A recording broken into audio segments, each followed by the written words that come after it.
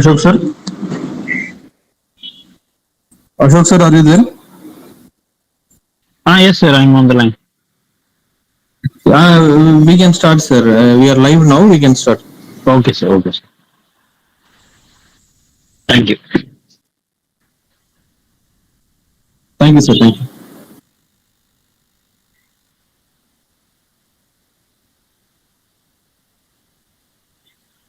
Hello, everyone. Good evening. We'll start Accenture training today. So, in yesterday class, I told you in Accenture, we are having two types of reasoning. One is abstract reasoning, and another one is critical reasoning.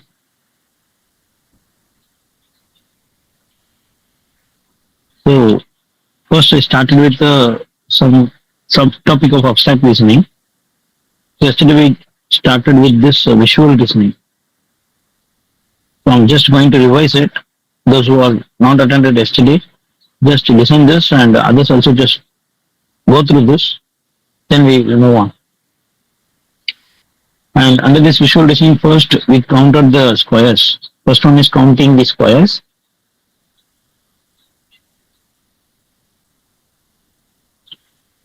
So in counting the squares, if they are giving any regular structure, for example, I'm taking 1, 3 cross 3.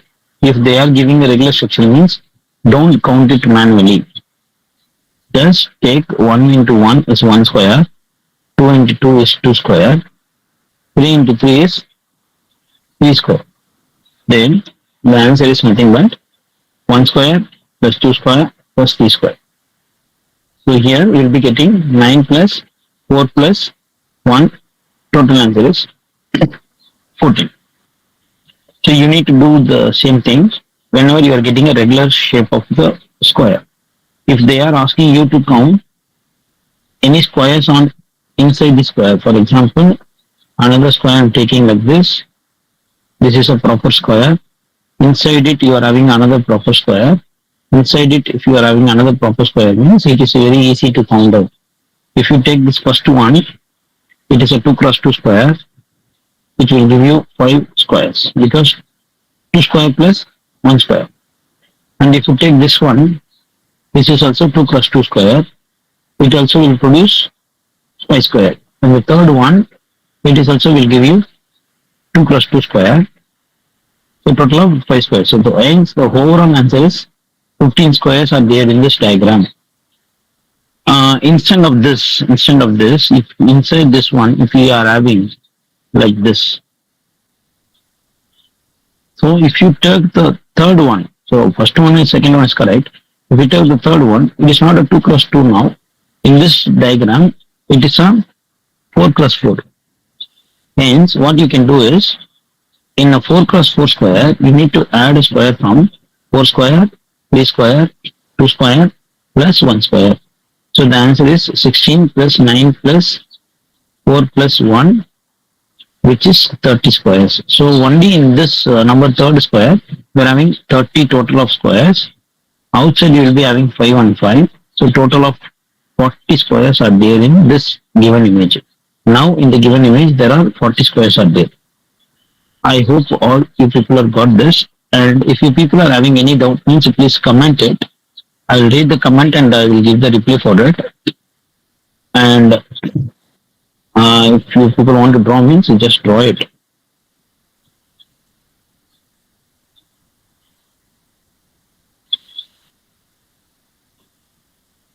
And next one.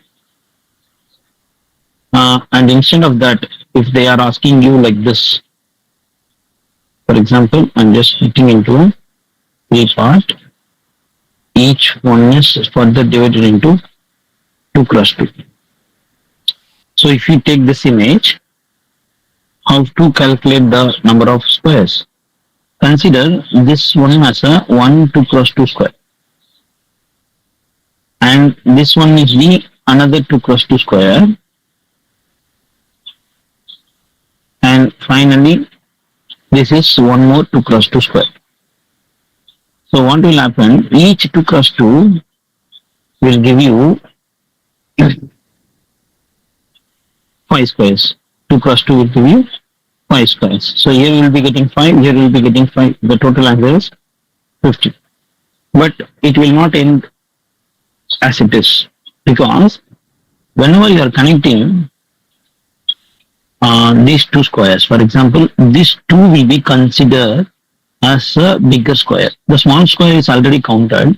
Only the bigger square need to be counted. So you can take as a 1 square. When the red and blue get connected, you are getting one yellow formed. And when blue and this another color is getting connected, you will be getting another one more square over here. So for that 1 square. So final answer is 15 plus 2, 17 is the final answer. So I hope you people understood about this one.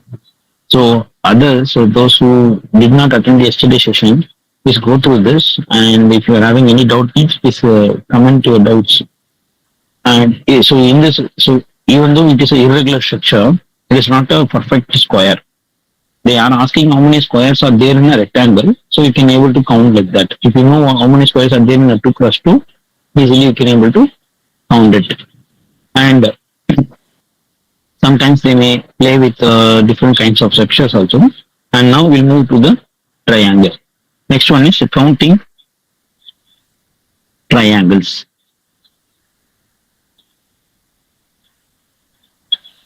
For example, if it is a regular triangle, not an issue. 1, 2, 3. I am dividing into four sections. So easily you can able to count the triangles over here. Just split it as 1, 2, 3, 4 triangles. So the answer is 4 plus 3 plus 2 plus 1. So the final answer is 10 triangles are there. How to set 10 triangles?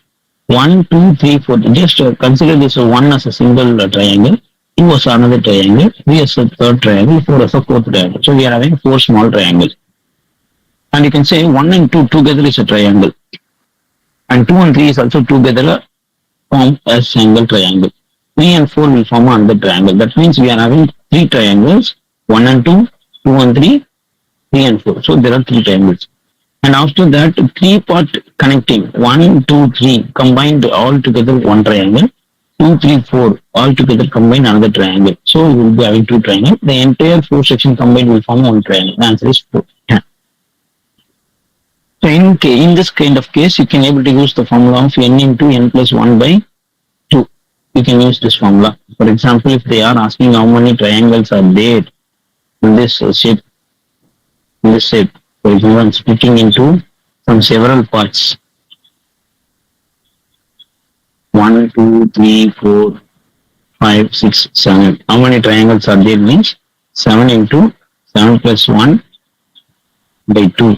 So here what you will be getting, 7 into 4. 7 into 4 is 8. 8 divided by 2 is 4. 7 into 4 is 28 triangles you will be getting. Just add in this way. So the final answer is 28. If they are asking like that, you can able to find out the number of triangle by using this formula. They may give some small changes in the same diagram. For example,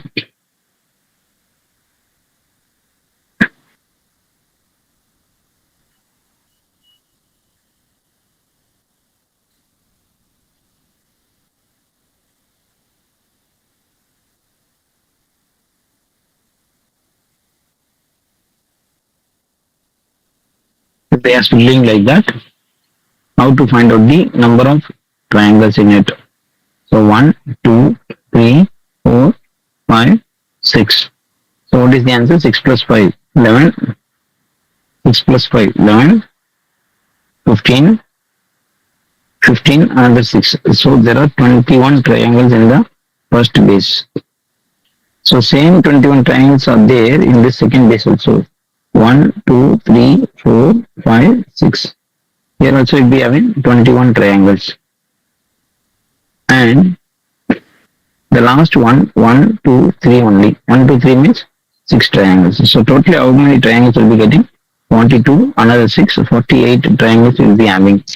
So even though this is also regular structure only, in this regular structure, you will be getting this many triangles.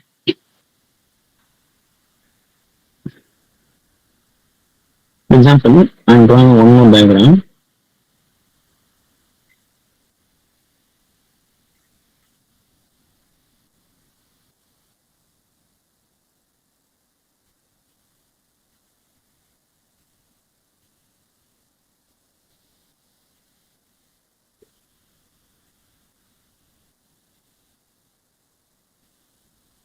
How many triangles are there in this diagram? If possible, find out how many triangles are there in this.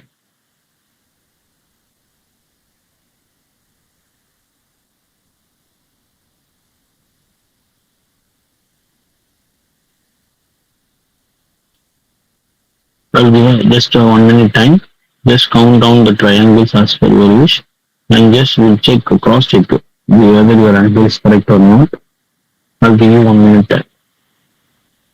Just draw this diagram and count your answers. Finally, we'll cross check all of your answers whether you are getting the correct answer or not.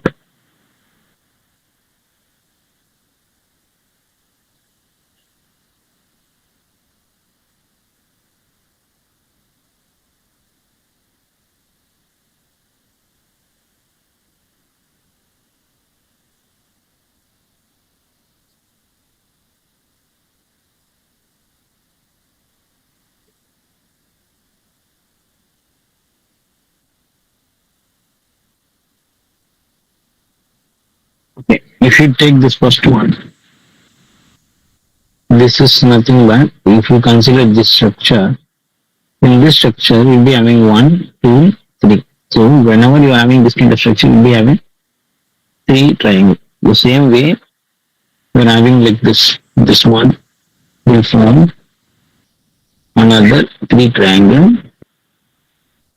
Here we'll be having another 3 triangles. Just note down all the 3 triangles. Here we'll be having another 2 triangles. And here also we'll be having 3 triangles. In the middle you'll be having another 3 triangles. So how many 3s are there? Just count down all those 3s. How many 3 triangles are there? 1, 2, 3. Here 1, 2, 3. Here 1, 2, 3. Here 1, 2, 3. There are 4 sets are there. So 4 into 3 is 12 triangles. But when you look at the bigger structure, even this bigger structure is divided into 2 parts. So that will form another 3 triangle. So answer is 15 triangle. Most of the people may think the answer is 15 triangle. But whenever this area is split up, for example, this will form one more triangle. So one, like that you can form another triangle like this. You can form another triangle. That means 2 more triangles is added. So the final answer is 17, not 15. So everyone please cross check. Your answer should be 17. 17 triangles are there in this diagram. So if the diagrams are like that, the formulas in the rule will not work. You cannot use n into n plus 1 by 2 over here. You need to count it manually only. So how many joins are there? How many split ups are there? You need to do like that. In some cases, formulas are working, but still you need to be very careful. So better do it manually. In some cases, formula will not work. For irregular structure, the formula will never work. So calculate it manually and try to improve your speed by doing a lot of practice. And this is counting the triangles. And next one is counting lines. In counting lines, we are having 2 times. For example, I'm asking you, question can be asked in 2 ways. Try to be very careful with this question handling. I'm asking the first type of the question is, how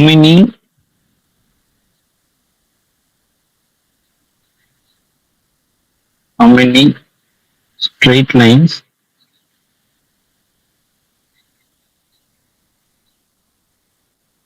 are there in the given picture.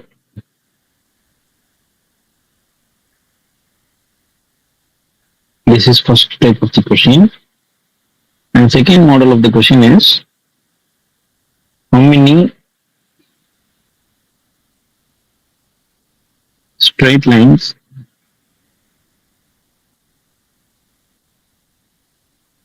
are needed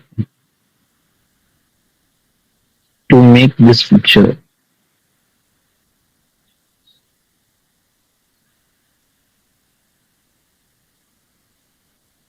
So first try to understand what is the difference between the first diagram and second diagram. I'll tell you what is the answer for the second diagram first. So how many straight lines are there? How many straight lines are needed to make this picture means we need 1, 2, 3 vertical lines and 3 horizontal lines. So the total answer is 6. 3 vertical lines, 3 horizontal lines. The answer is 6. For the second question, the answer is 6 lines are needed. So in the first question, they are asking how many straight lines are there in the given picture. So what is the meaning of the word straight line? Straight line means it is nothing but connecting the two dots. It's called a straight line. For example, if you are having names for all the points, if you are having names for all the points in this diagram, connecting any 2 points, it's called a straight line. So for example, A, B, C. I'm having the name A, B, C. So AB can be called as a one line. BC is also can be called as a one line. And AC is also can be called as one line. There are 3 lines in this 3 section. For example, AB is one line, BC is another line, and A to C is another line. There are 3 lines. So one single line become 3 lines in this diagram. That means each of the one line will become 3 lines in it. So what is the final answer you'll be getting? Each of the line will become a 3 lines. Then your answer will be 16 into 3. The final answer is 18. 18 lines are there in this diagram. But only we need 6 lines to make this diagram.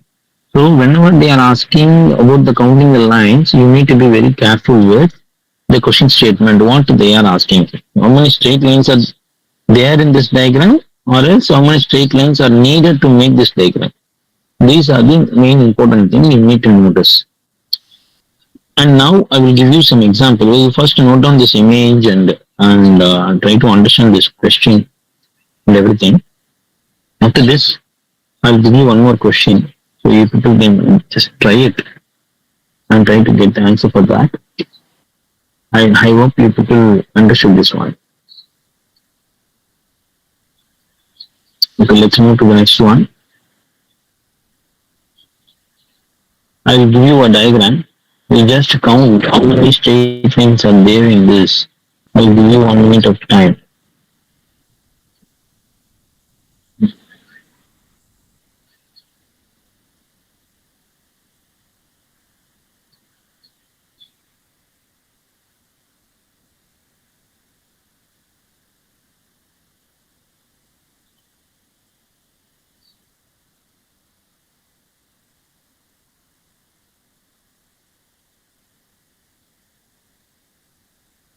So in this given image, how many straight lines are there? So I will give you 1 minute time. Just think about it and count down the number of lines in this diagram. How many straight lines are there in this diagram?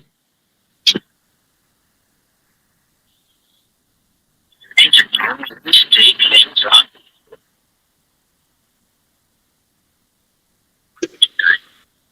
just think about it and count down the diagram. Straight lines are diagram.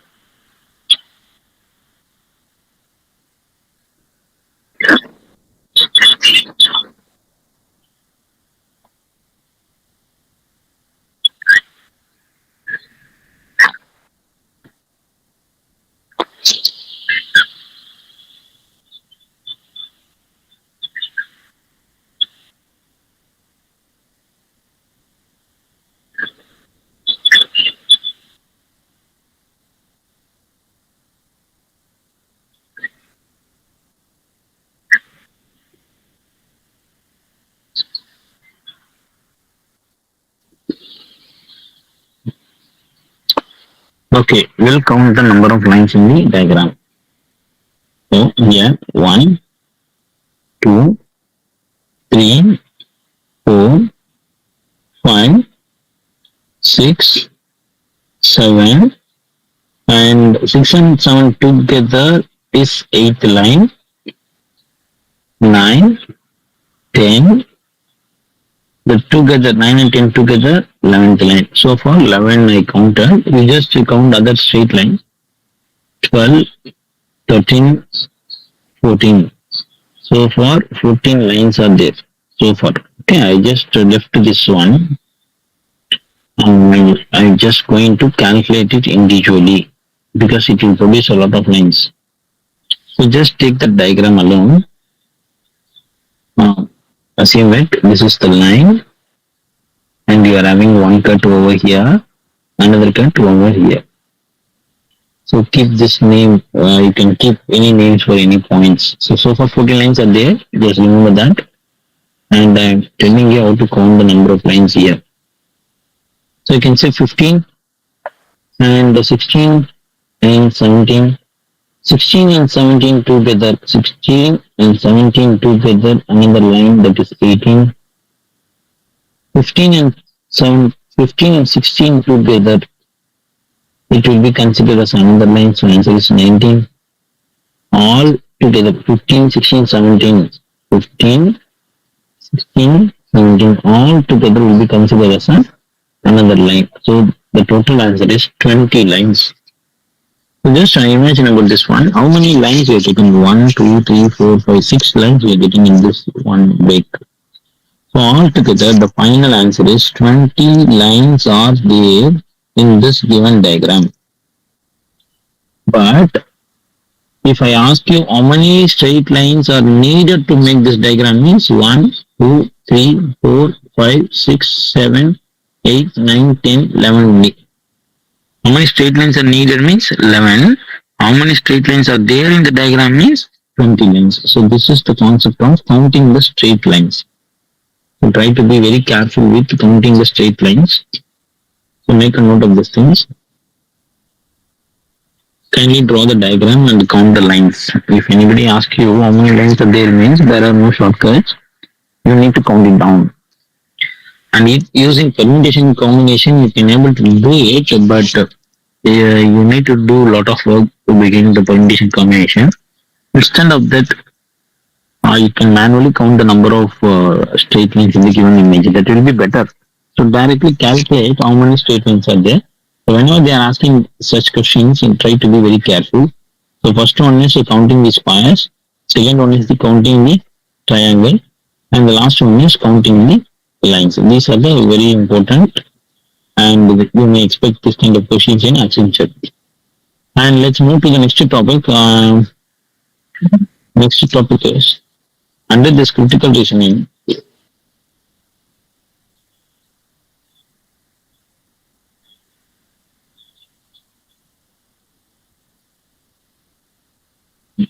Under this critical reasoning. So you people must know what is a syllogism first. If you people are not having knowledge on syllogism, try to know the topics and try to solve the problems on syllogism. And second one, I told you the statement and conclusion. Just note down this topics list. The third one is statement and arguments. Fourth one is statement and assumption. The fifth one is inequalities. And sixth one is logical connectives.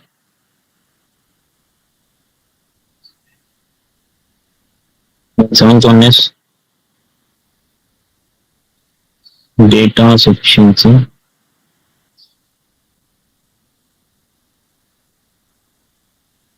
So just make a note of all these topics. I will show you one by one. So first one, syllogism. Just note down the topic. Quickly just note down the list of the topics are very important in critical reasoning. The people may perform well in logical reasoning. So the problem is handling the critical reasoning. So abstract reasoning are comparatively easy because you people know how to handle it. The yesterday class itself I told you some list of the topics in abstract reasoning. Again also I will repeat it, but try to keep one thing in your mind. The critical reasoning is most dangerous one in Accenture training. So under this critical reasoning, these topics are most important one, and your regular aptitude training, these topics was not covered. The people do not know how to approach a statement and conclusion, and the statement and argument, the statement and assumption. Only these topics are asked in Accenture company. Most of the company will not ask these questions. So critical reasoning, only very few company will prefer for critical reasoning. These are the topics on the critical reasoning in Accenture company. So we'll go one by one. First, I will show you what kind of problem was asked in syllogism. So last year question paper I will show you.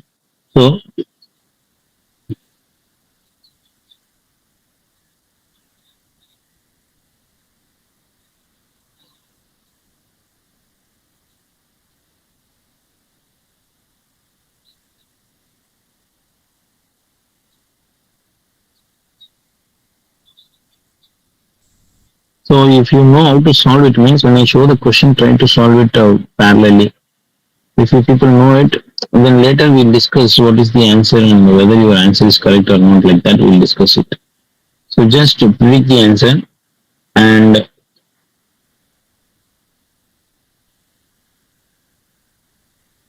this is the question.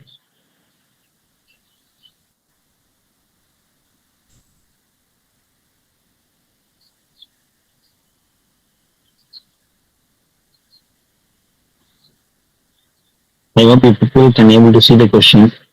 This is the question was asked in Accenture company. So Accenture previous question only.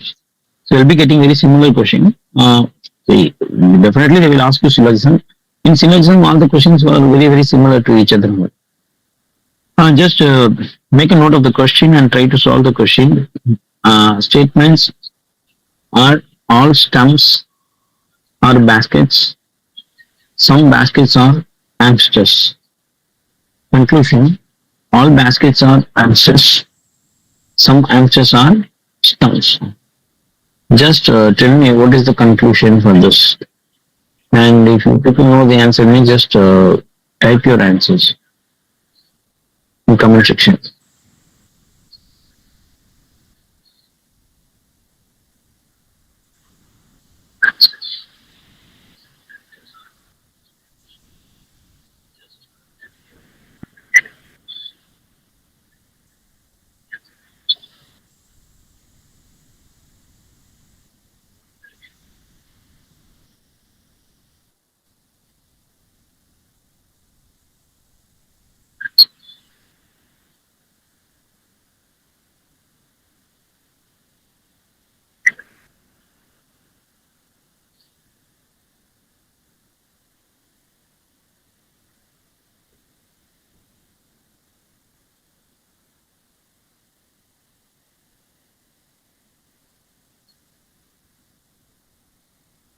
I'll give you some time. Just make a note of it and try to solve it manually. And those who do not know, just wait. I will solve this problem, and you just watch it. And others, if you are solved, it means keep your answers and cross check whether your answer is correct or not. Actually, you can cross check it.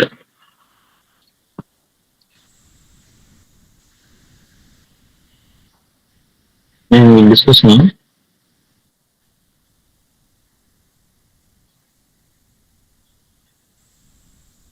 So first statement is all stems are baskets. All stems are baskets. Second one is some of the baskets are hamsters. So first conclusion they said. What is the first conclusion they said?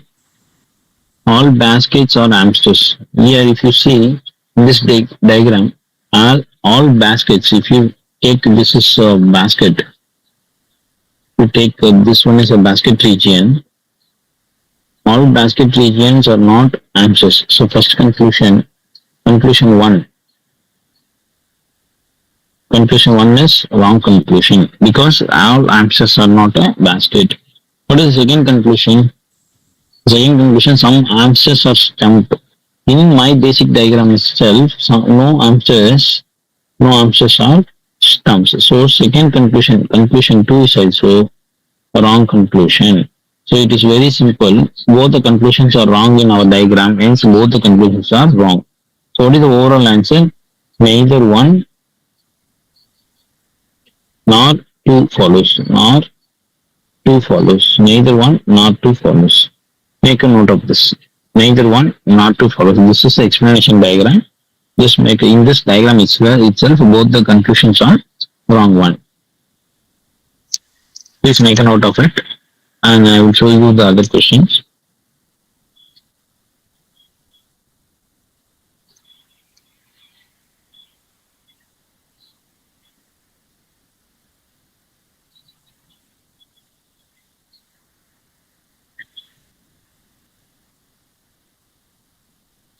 I hope you people understood this one. And look at the question carefully. And whenever I'm showing you the question, just write down the two questions. You can utilize it. So try to understand that. So in company, most of the company will always try to repeat the questions only.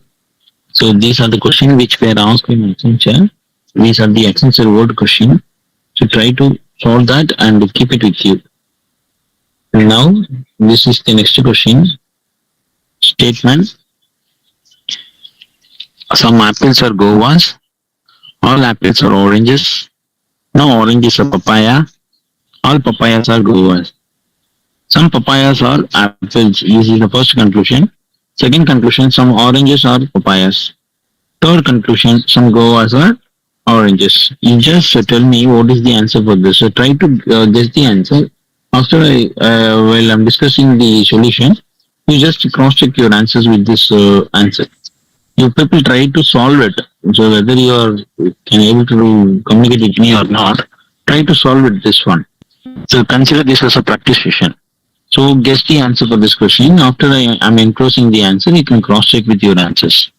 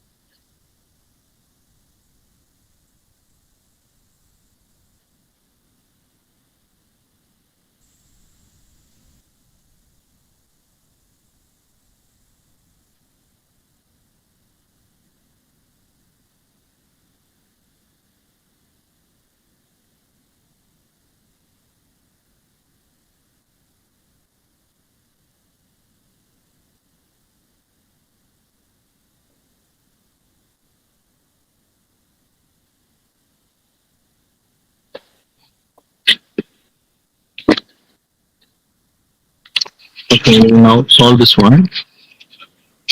Some apples are guavas. So how to draw the diagram for this? Some apples. If you take this is apple, some apples are guavas. And second one, all apples are oranges. You can draw orange like that. All apples are oranges. And what is the third one? No oranges papaya. But fourth one says all papayas are guavas. It means you can draw papaya inside the guava. And now if you take the conclusions, well, the first conclusion, some papayas are orange. Sorry, some papayas are apples. So first conclusion says some papayas are apple. So if you look at this conclusion, here no apple is a apple. No papaya is apple. Hence the first conclusion is not follows. And look at the second conclusion. Some oranges are papaya. See, in the basic diagram itself, question itself they said no orange is papaya. Hence, papaya cannot be orange. So second conclusion is also wrong conclusion. Second conclusion they said some papayas are orange, which is wrong as per the given statement. So wrong one. And what about the third one? What is the third one they said? Third one, some guavas are orange. Obviously, some guavas are orange. In the question itself, they said some of the apples are guavas. So obviously, some guavas are apples always. These apples definitely will be orange. So some guavas are orange is definitely true, or orange is definitely true conclusion. So the third one is definitely true. Only three follows. Only three follows. Make a note of this. So kindly make a note of this. Make a note of this thing. So only three follows.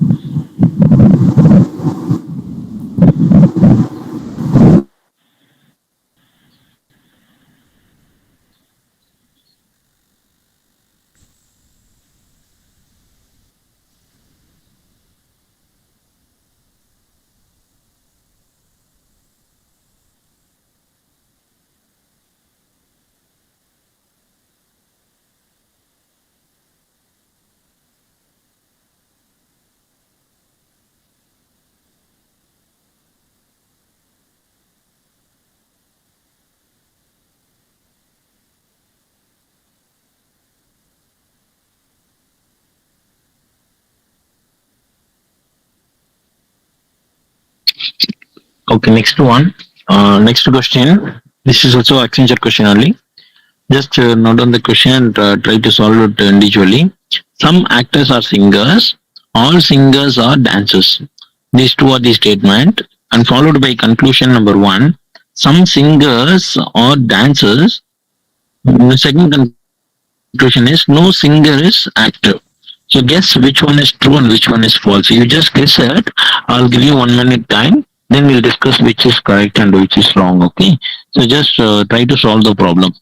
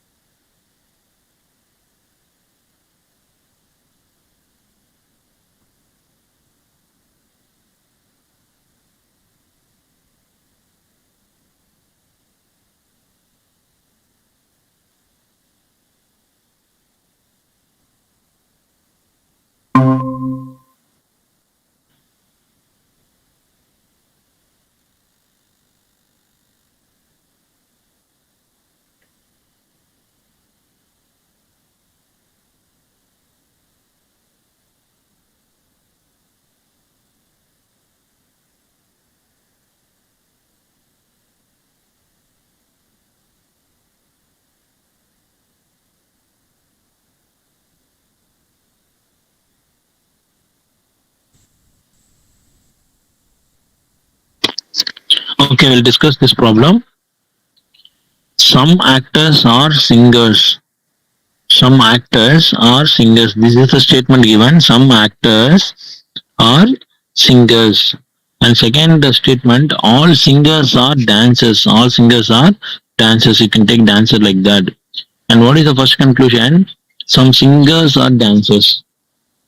Some singers are dancers means obviously because all singers are dancers means some of the singers is also dancers. So first conclusion, some singers are dancer are definitely true.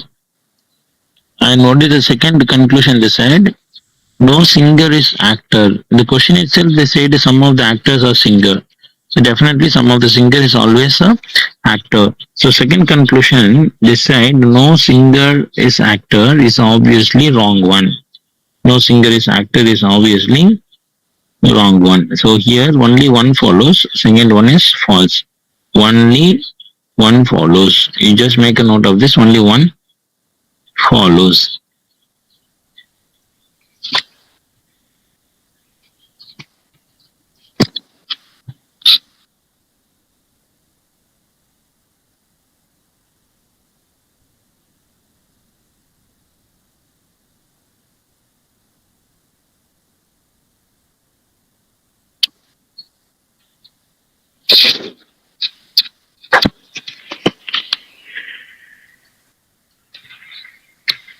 I hope you people get clear about this one. So we have seen only 2 or 3 examples in syllogism, and you need to be very strong in syllogism topic. Syllogism, there are multiple concepts are there, and for example, there are concepts called a sum knot, and I'll give you some examples on sum knot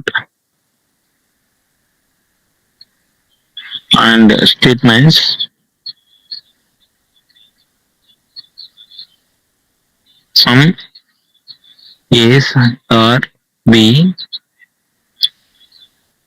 sum B's or C, and conclusions. Sum A's are not C. Second conclusion, all B's are A. So these two are the statements and followed by two conclusions. You just try to give the answer, try to solve it. You just check whether you can able to solve this problem or not.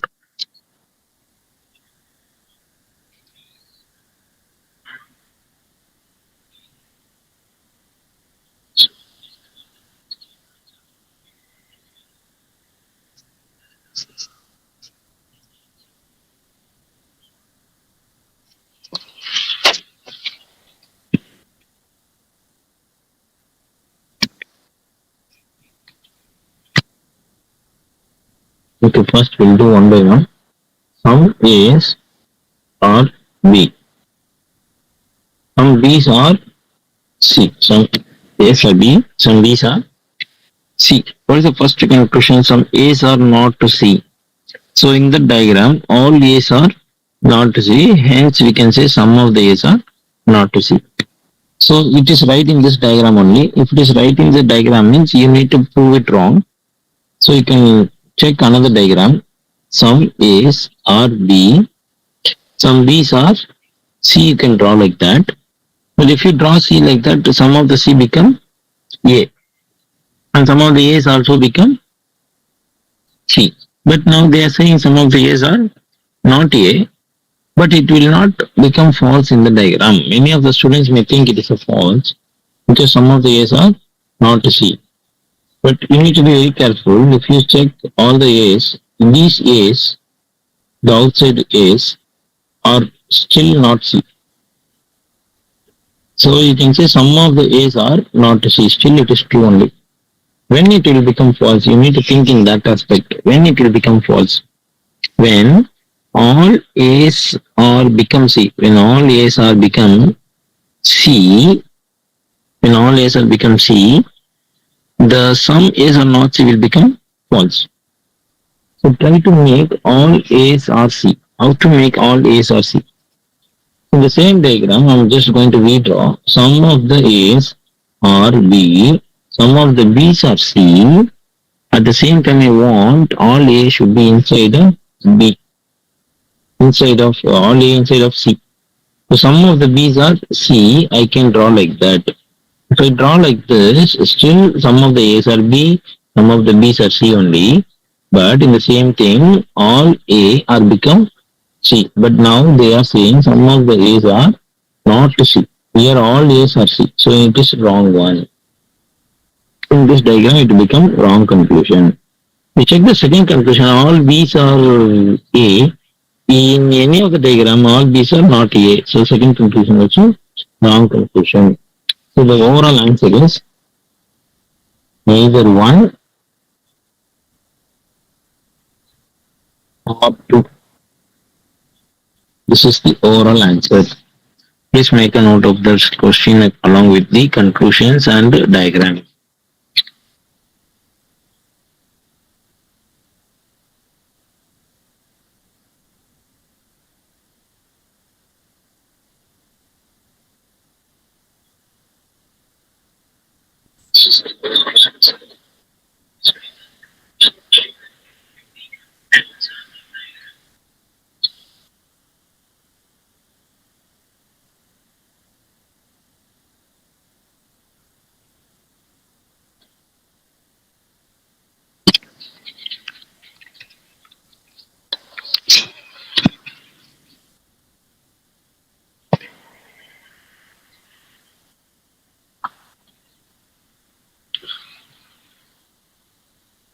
Okay, we'll move to the next one.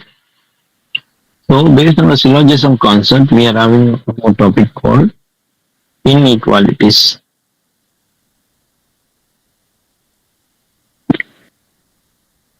Inequalities are very similar to the syllogism.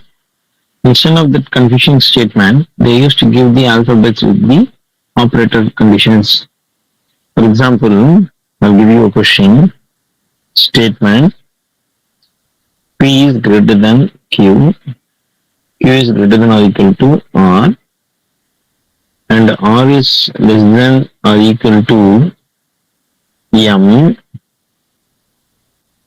J is greater than K is greater than M.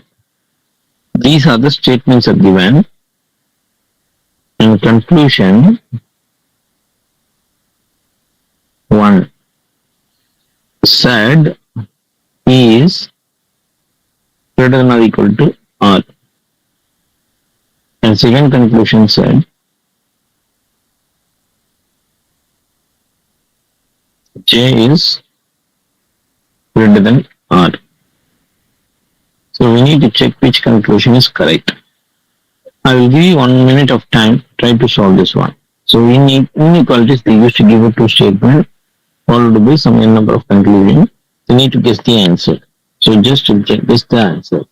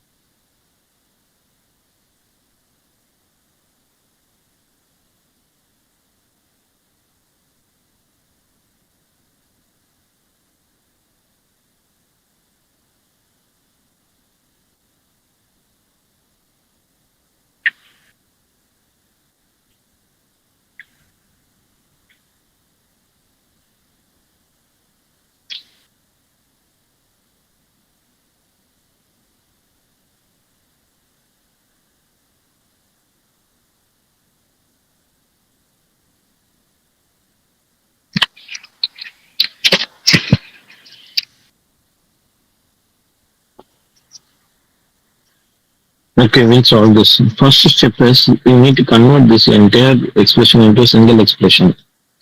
So P is greater than Q, Q is greater than or equal to R, and R is less than or equal to M. M is less than K is less than J. If you convert into a single equation, you'll be getting this image. Then only it is easy to compare the things.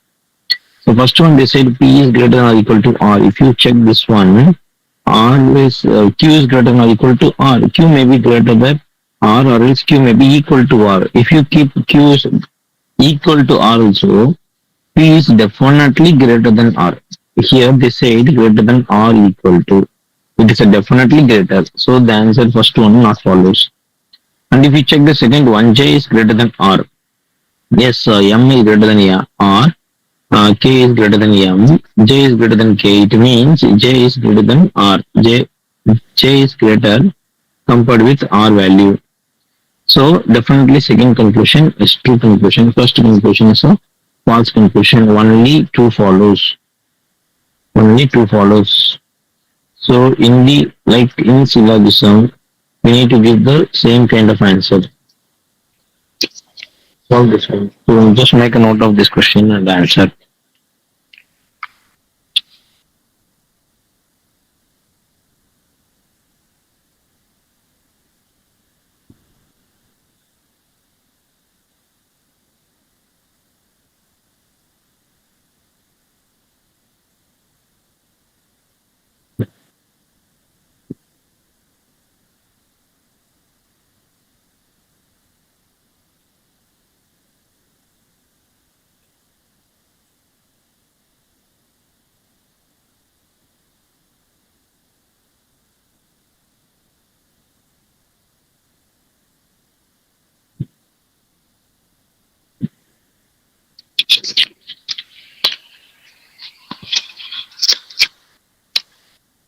I'll tell you one by one. So this is one example problem.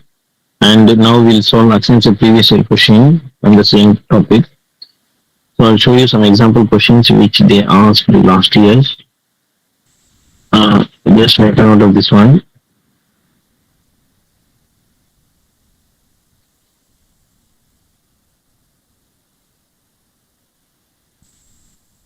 Okay, this is the question they are giving you. First, we'll do one thing. We'll solve this one.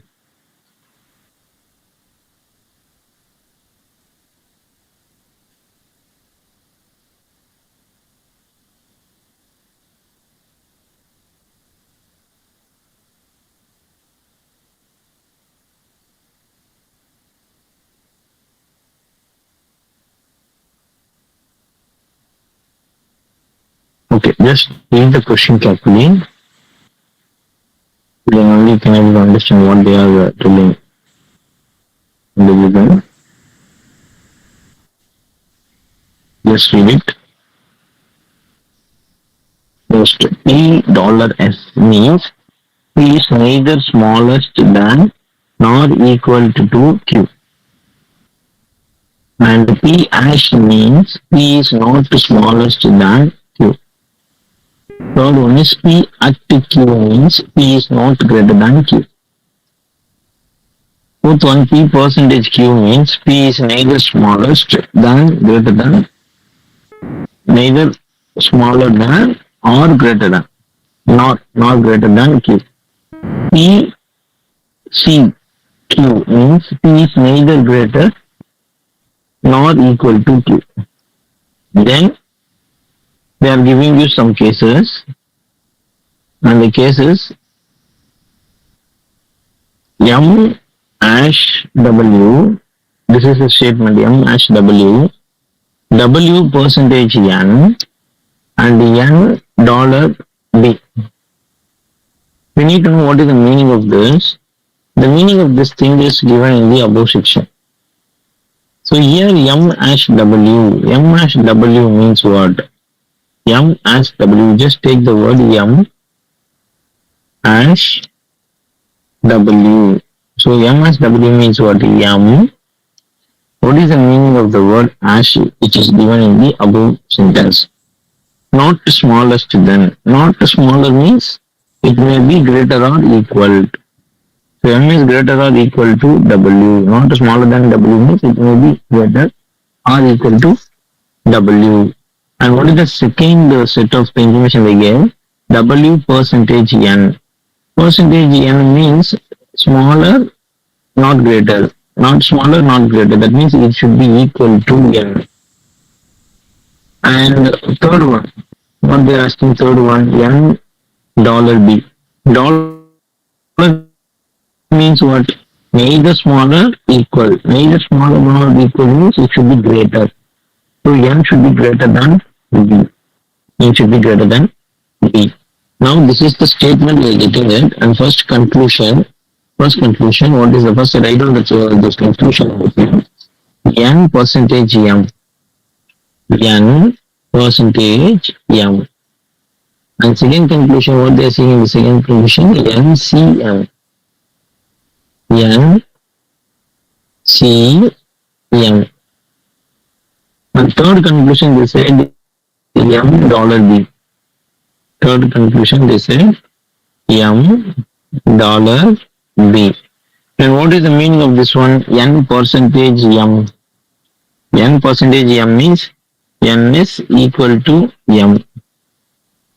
And what is the meaning of N? C. C means what? C means neither greater nor equal. That means smaller. So N is smaller than M. And what do you mean third one? M dollar B. So here the meaning of the word dollar is neither smaller not equal. That means greater. So M is greater than B. They are giving this kind of conclusion. We need to check whether N is equal to M or not. Here if you replace W by N, N will be coming here. So N may be equal or else N is greater than. M is greater than N. So here first conclusion may be true. And second conclusion, if you check, this is also maybe true, but out of these two conclusions, any one follows. That is the condition called either one or two follows.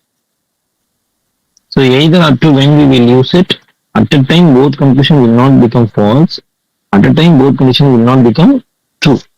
In that condition, we will use either one or two follows. Here, either one or two follows. N may be equal to M, or else N may be less than M. Any one of the conclusion is true. And what about the third one? Third conclusion, they are saying N is definitely greater than B. So if you check this one, N is greater than B, M may be equal to or greater than N. That means M is definitely greater than B. The third conclusion is follows. And what is the overall answer? Either one or two and three. Correct. Or follows. This is the answer for this question. Just make a note of this explanation. You need to convert those symbols into a regular operation. Then only you can able to get the answer for this. Just make a note of this answer. I'll show you if you want. I will show you the question also. First, make a note of this explanation.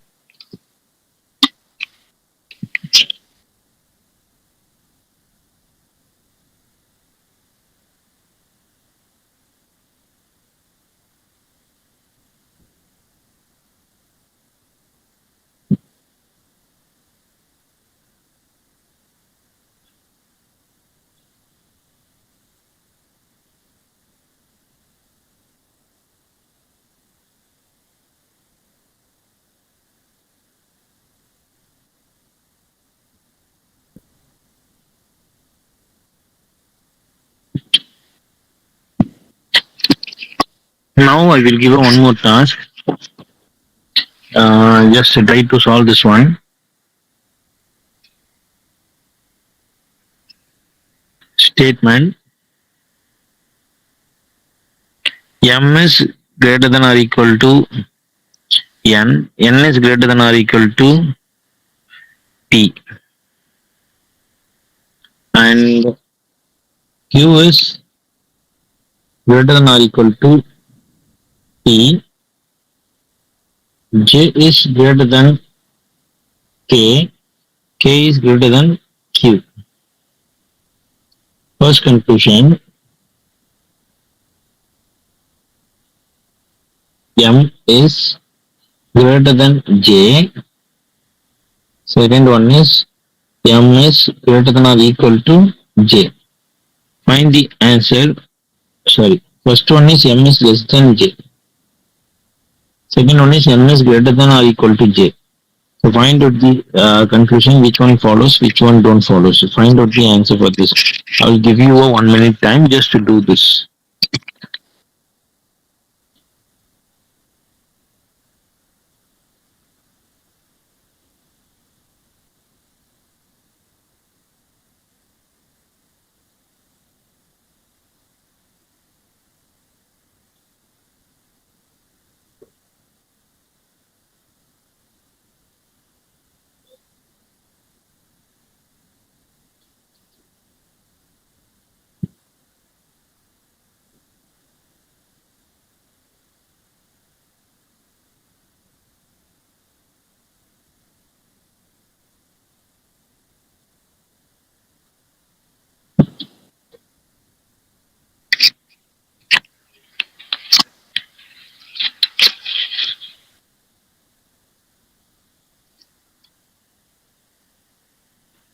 So try to solve this one, and parallelly you also just try it. Only listening will not help you to clear that exam. Parallelly just try to solve what is the answer you are getting it. And here, for example, what is the first? First we need to convert into a same expression, and I'm just converting M greater than or equal to N. N is greater than or equal to P. And P is less than or equal to Q. Q is less than K. K is less than J. This is the single expression you'll be getting. And if in this equation, If we check M is less than J means M is over here and J is over here. What is the relationship between M and J? We follow it, M is greater than N is greater than P. After that, the relationship breaks. We do not know what is the relationship after this point. We do not know whether M is greater than J or J is greater than M. So first conclusion is individually wrong. Individually, first conclusion is wrong. If we check the second conclusion, M is greater than or equal to, this is also we do not know, individually wrong. If we do not know anything in syllogism concepts, we do not know means we feel or not sure about the answer means the conclusion is a wrong conclusion. But here both the things are wrong because we do not know. But we need to be very careful. Both conclusion at a time will not false. What is the meaning of at a time? You are saying that M is not less than J. At the same time, you are saying M is not greater than or equal to J. Then which one can form or which one can be true? So you are saying M is not less than J, and also you are saying M is not greater than or equal to J means then what is the real condition? These two will not be false at a time. Any one should be false. Other should be true. M may be greater, or else M may be smaller, or else maybe M equal to J. All the three conditions are given in a two option. So any one of these answers should be correct. So we can't also which one is wrong. So the final answer for this one is either one or two follows. Either one or two follows. Make a note of this one. Please make a note of the question. Make a note of the statements along with the conclusions and the explanation. Try to understand what is the explanation of this one. Either one or two follows. Whenever you do not know what is the answer, at the same time, both the answer will not be false at a time. Means you should have the condition called either one or two follows.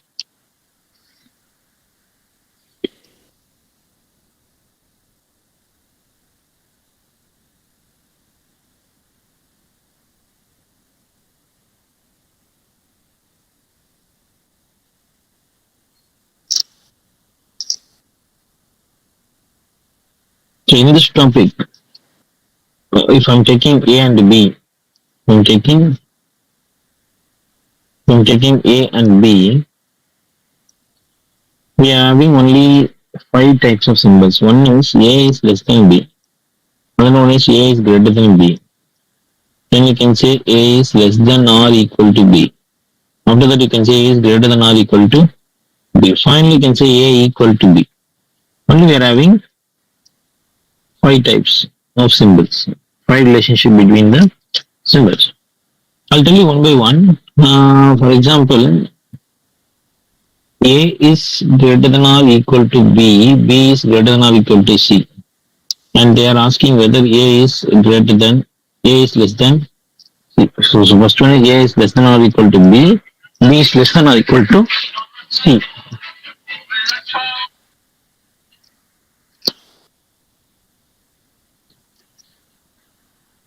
And now they are asking A is less than C means if individually we look at this conclusion is not follows, wrong only because we do not know whether A is less than C or not. A is less than or equal to C. If they are asking the conclusion called A is less than or equal to C means we can say this conclusion is correct conclusion. And it's applicable for B also. If they are asking A whether A is less than B means it is wrong one. Individually if they are asking A is equal to B means that is also wrong individually. If this conclusion comes individually, this conclusion comes individually, means both are wrong. If they comes together, in the same question, they are giving the conclusion A is less than B and A is equal to B means, we know that A is either less than or equal to B. So the answer is either 1 or 2 follows. For the same question, if both conditions together comes means, you can say either 1 or 2 follows. But individually if you say A equal to B is wrong, A less than B is also wrong one. So the same thing is vice versa. If you are having A less than B, B is less than C. They are asking the conclusion A is less than or equal to C means it is definitely wrong because we know that A is definitely less than C. And also A is less than or equal to B means that is also definitely wrong only. Only these are the true conclusions. A is less than C if they ask me this is true, and A is less than B means this is true conditions. Okay, so instead of lesser they may give you greater, like that they may give you. So B is greater than A means this is true condition. So I can't have neither or equal to. Okay, so try to understand this concept only because in Accenture the logical this one inequality is one of the important concept in Accenture. You may expect to more than 2 to 3 questions you'll be expecting from inequalities topics. The only most important thing is it will consume your time because directly they won't give you like that, and they will give you the symbols. From that you need to decode it. So try to make a note of these things and try to understand what I'm trying to say. Just make a note of these notes. I'll give you 1 minute, just make a note of these things.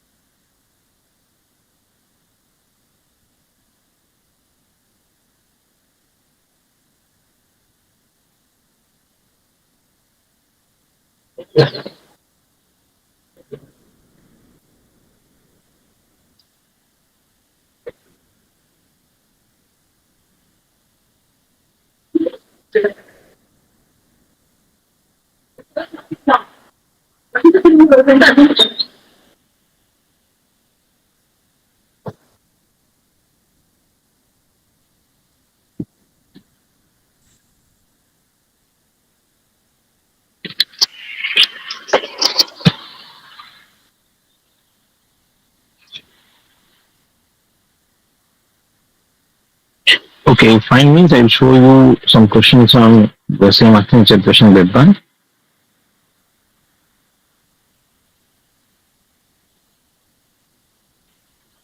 And now try for this one.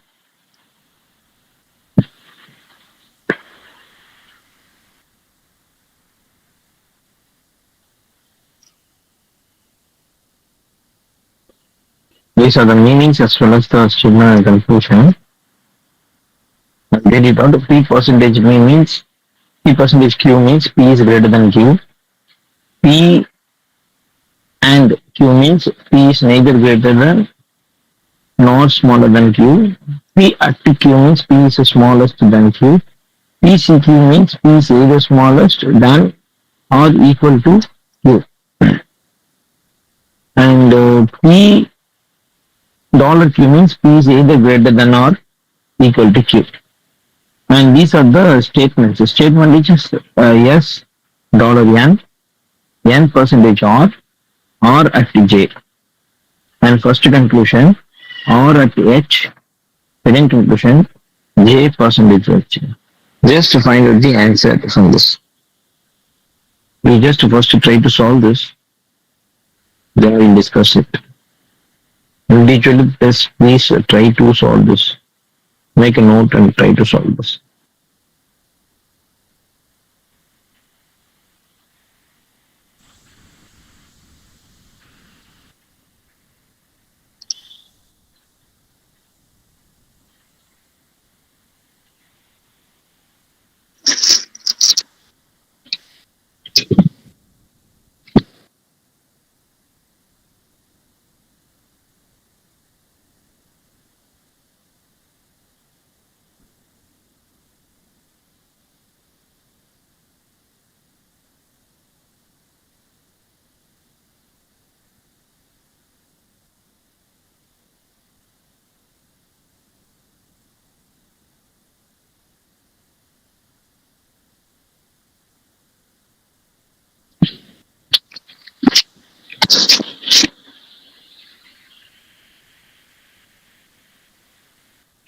First one, what is the meaning of H dollar N?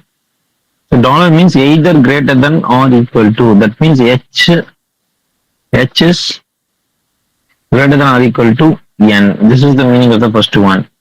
And what is the second one? N percentage R. N percentage R means percentage means. What is the meaning of the percentage? Greater than. So percentage means n percentage or means n is greater than r. And what they are saying in the third one, r is at j. R is smaller than j. So R is smaller than j is the answer. So first conclusion, first write down the conclusion, decode the conclusion and write it down. And second conclusion, j percentage h. J percentage means what? Percentage means what? Percentage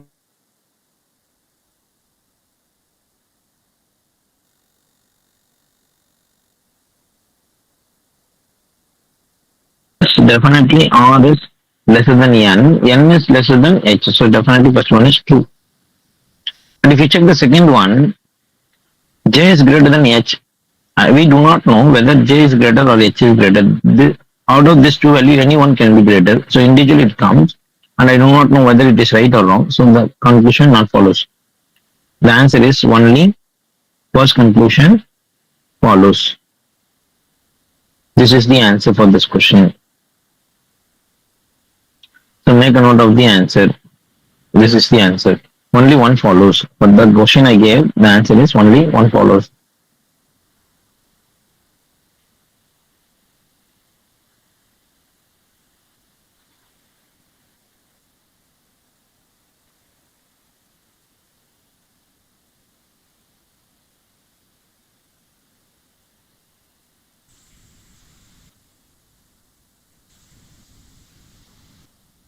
We left one syllogism question.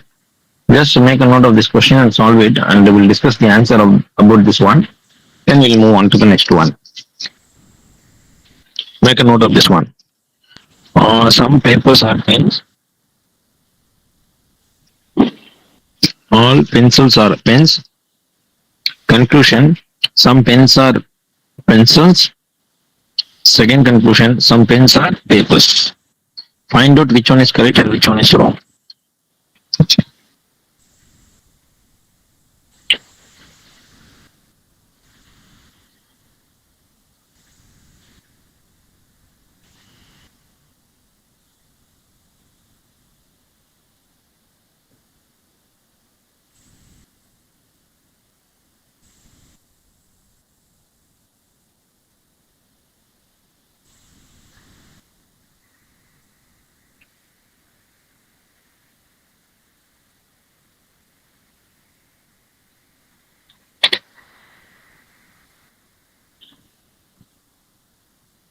So the first one, some papers are pens.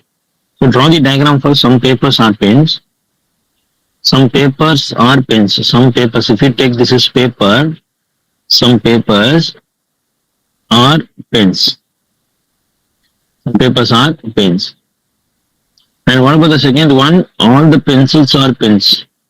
All the pencils, you need to draw the pencils inside the pens. All the pencils are pens. And if you check the conclusion, first conclusion they said, some pens are pencil. Obviously, some pens are pencil only. Some pens are pencil only because all pencils are pens means some of the pens always will be pencil. The first conclusion is true conclusion. And what about the second conclusion? Some pens are papers. The question itself they said, some papers are pens. So definitely some of the pens are always will be paper. Hence both the conclusions are true conclusion.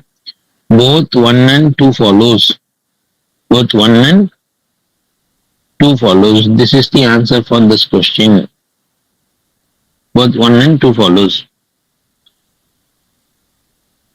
So after this syllogism and this inequalities, and very similar to this topic is logical connectives. Logical connectives.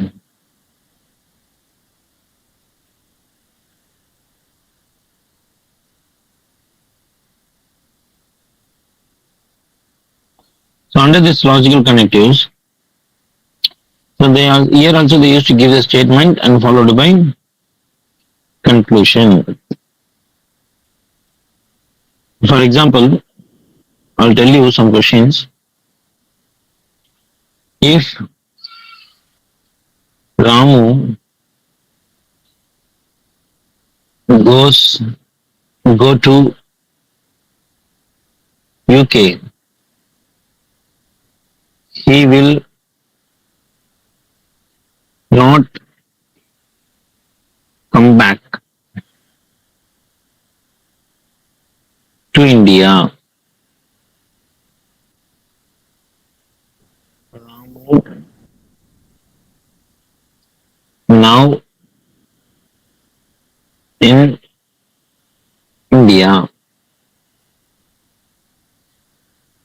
First one, Ramu will sure go to UK. Second one, Ramu maybe came back from UK. Third one,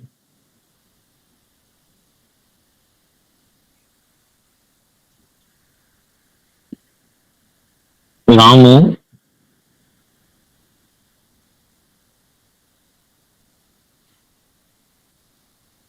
not go to Ramu not went. Ramu did not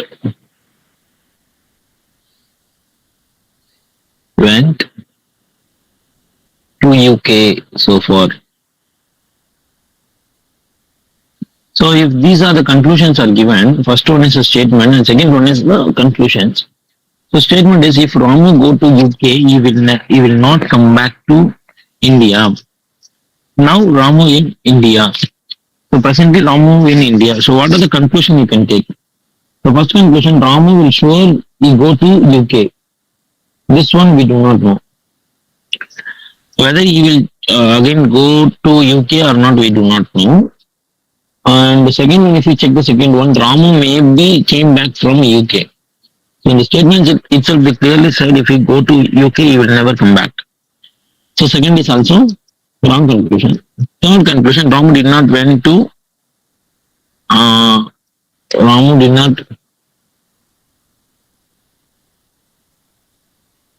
not go to UK so far. So far he did not go to UK. So we can accept this one because if he is in India means so far he didn't go to the UK. So you can accept this conclusion as the correct conclusion. So the third conclusion is the correct conclusion. For example, I'll tell you one more thing. And the statements on Sunday, Vikram eats chicken. All Sunday, Vikram eats chicken. Yesterday, he ate chicken. So first conclusion, today is Monday. Today is Monday. Second conclusion, he will not eat chicken on other days except Sunday. Now what we can conclude? What is the answer we can conclude? They said all Sunday Vikram eat chicken. Yesterday he ate chicken. What is the meaning of this? If yesterday he ate chicken means some of the people may think that yesterday must be Sunday, so today should be Monday. But actually, they are saying all Sunday Vikram eats chicken. It doesn't mean that whenever he eats chicken, all those days are Sundays. So we can't able to say that. So first conclusion is a wrong conclusion. Definitely you can't able to say like that. So that is the meaning of the word conclusion. Conclusion means definitely true. Then only you can able to give us a conclusion. And next one is he will eat chicken on other days. He will not eat. He will not eat chicken on other days except Sunday. We do not know this also. They did not say only on all Sunday Vikram eats chicken. So till they did not say like that, you cannot able to take this conclusion. So this conclusion also wrong conclusion. Here neither one, nor two follows. Neither one, nor two follows. Neither one, nor two follows. This is the answer for this question. So this kind of questions are repeatedly asked in Accenture. Logical connectives. For example, one more thing, statement.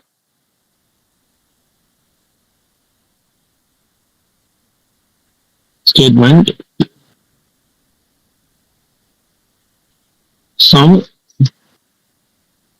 painters are become artists. This is the question was asked in Accenture earlier. So conclusion, first one, some artists were painters. Second one, to become artist,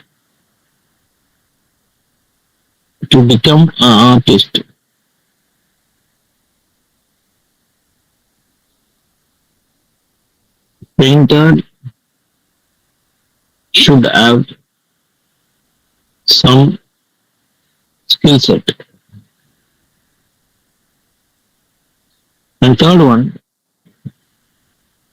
to become a painter, not much skill sets are needed. And what you can conclude from this? First statement, some painters are become artists. From this statement, what are the conclusion able to conclude it? First one, some artists were painters.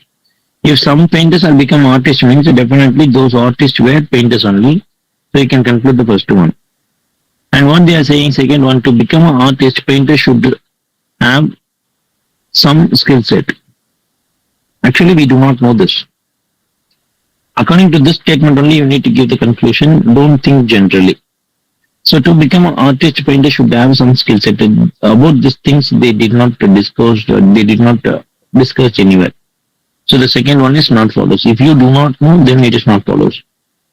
Third one, to become a painter, not much skill sets are needed. So that's why I'm telling you, don't compare it with the general things. According to this statement, we do not know whether the painter should have the skill set or not. So the third one is also wrong. Only one follows. Only one follows. That is the answer for this question. Make a note of this question. This was previously asked in Accenture. So this is not, first of all, this is not a syllogism question. The question maybe seems like a syllogism. The actual concept of this question is logical connectives.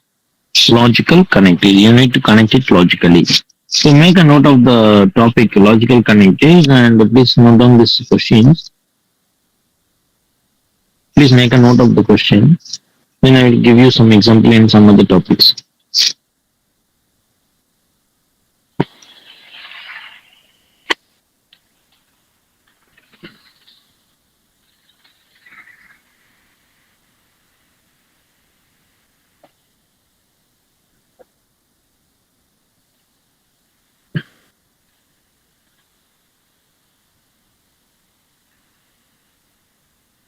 And so far we discussed the logical connectives. And next one is statement and assumption.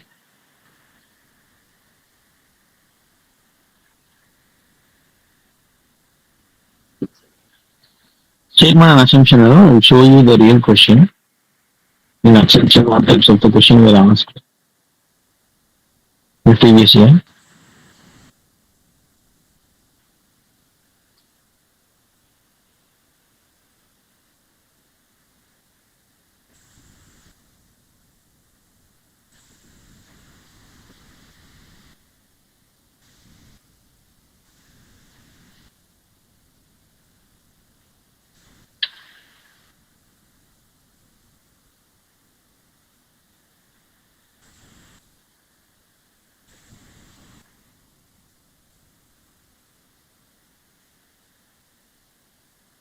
Okay, just take this problem statement.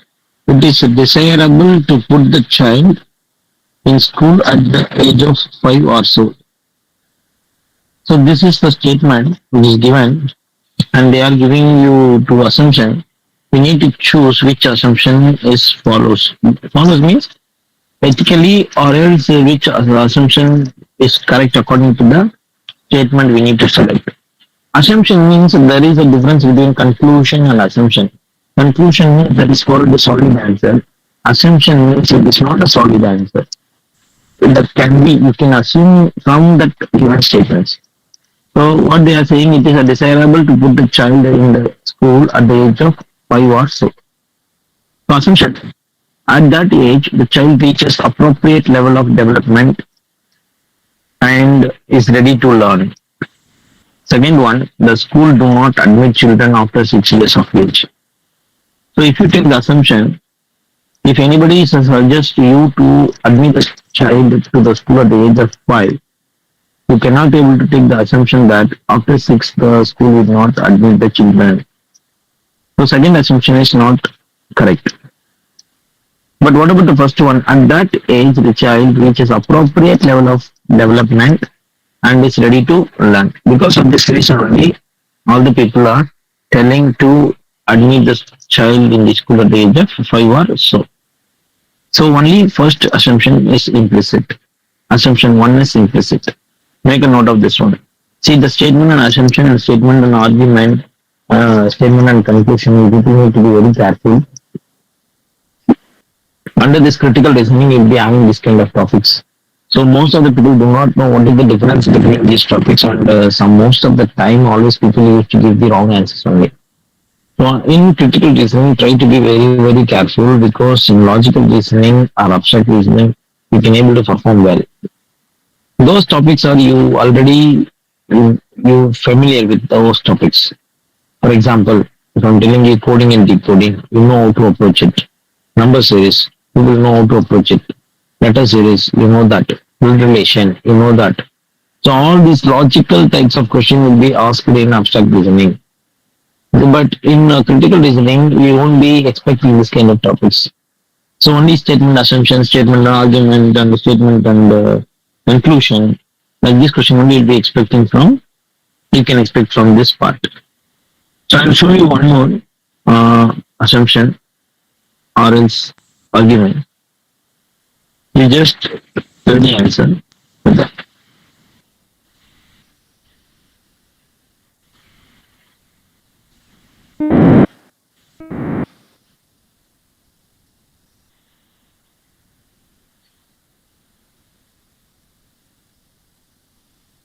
Okay, I will give you a problem, just note on that. Statement.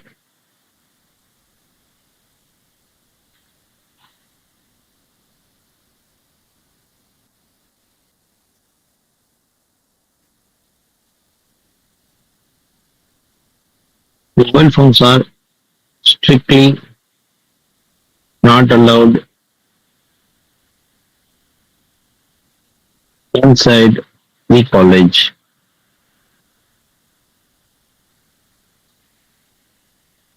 That is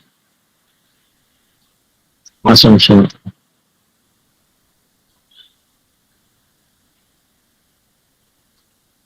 First assumption. Outside the college,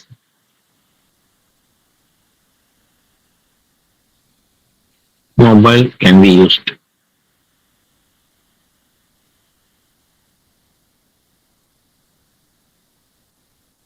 Second one, inside the classroom should not use the mobile phone.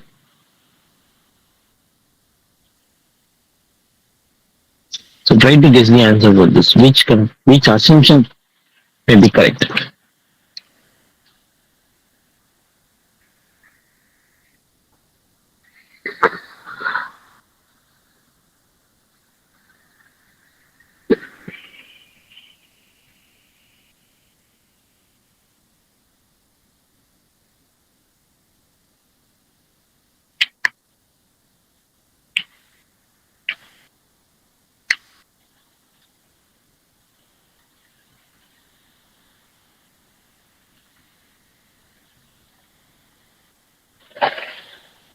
Try to guess the answer for this one statement and an assumption.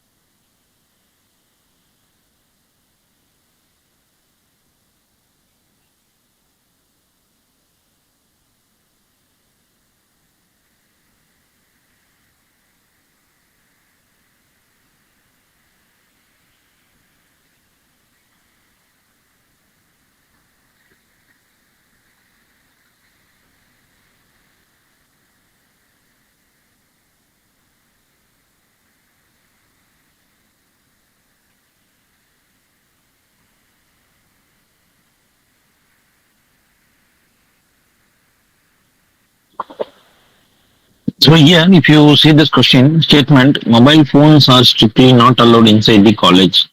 Notice. And if they are saying inside the college mobile phones are not allowed means, it directly means that outside the college mobile can be used. So the first conclusion, first assumption is follows. So that is the assumption only. From the statement, you can assume it. So this is what assumption. Conclusion is different and assumption is different. And here assumption, we can able to assume like that. And what about the second one? Mobile phones are not allowed inside the college means inside the classroom also it should not be used. This is the direct assumption only. So you can directly take, they use the word should not. So directly you can take both the assumptions. So assumption 1 and 2 follows. 1 and 2 follows. 1 and 2 follows. This is a statement and assumption. You need to be very, very careful with the statement and assumption and statement and argument and statement and conclusions. The questions are very, very similar to each other only. Try to be very, very careful on this.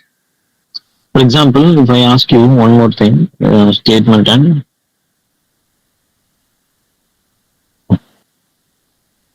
assumption, statement,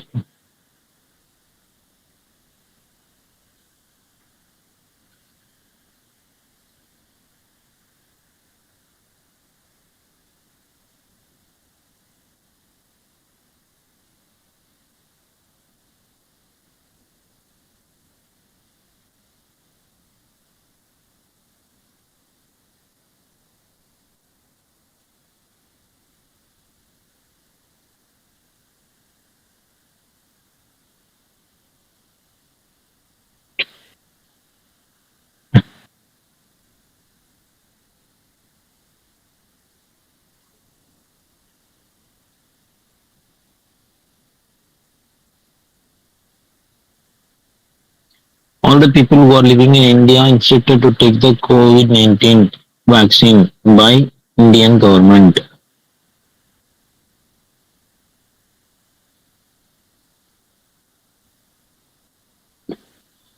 First assumption.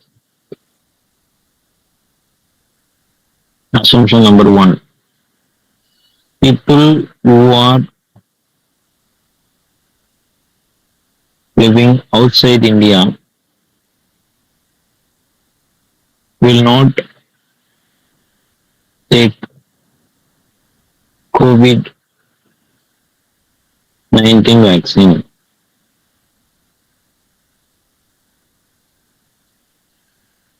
People in India maybe take their vaccine. So which conclusion, which assumption is follows? If you see the statement, all the people who are living in India are instructed to take the COVID-19 vaccine. The government says. So first assumption they're taking, people who living outside will not take COVID-19 vaccine. This is a definite answer, and definite answer cannot be a conclusion, sorry, assumption. And also they are saying outside India people will not take COVID-19. We do not know. We can't assume in that way. Only we know about what is the status about the inside the India. According to the statement, you can able to assume anything within India. You cannot able to assume the things which is outside India. So first assumption is not follows. And if you check the second one, people in India maybe take their vaccine. They use the word maybe. So even though the government is giving announcement or instruction, we can't able to say all the people definitely will take. So they are using the word maybe. Maybe means it can be considered as assumption only. So the second assumption is implicit. First assumption is not follows. First assumption is not follows. Second assumption is implicit. This is the answer. So for this question, statement and assumption, only second assumption is follows. This is one of the example for statement and assumption. And next one, I will give you for the argument, statement and argument. Statement and argument. You have to be very, very careful with the statement and argument and statement and assumption. Try to understand what is the difference between argument and what is the difference between assumption and argument. Okay, so first one, here should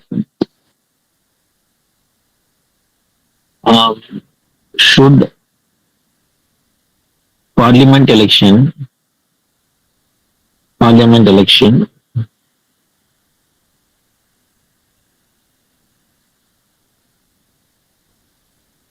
in India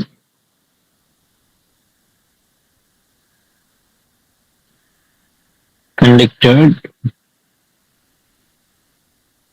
in single day. So they are giving the statement like a question. An argument, just listen carefully. First argument, yes, this is the only way to conduct such elections.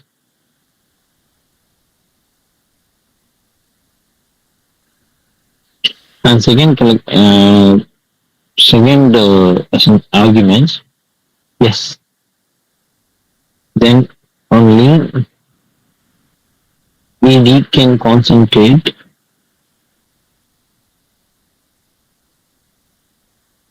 on all election issues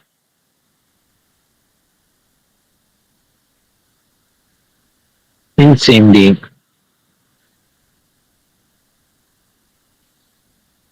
So here they are giving you a statement. The statement is should the parliament election in India conducted in single day. They are asking like a question.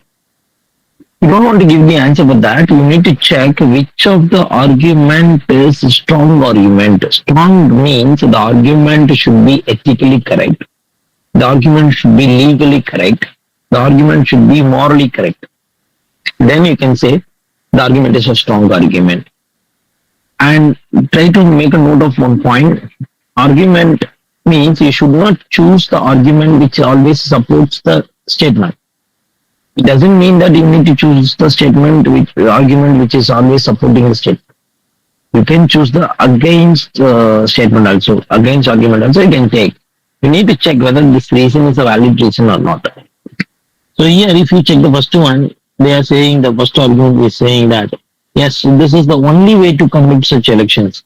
We're saying this is the only way. So it is not actually true.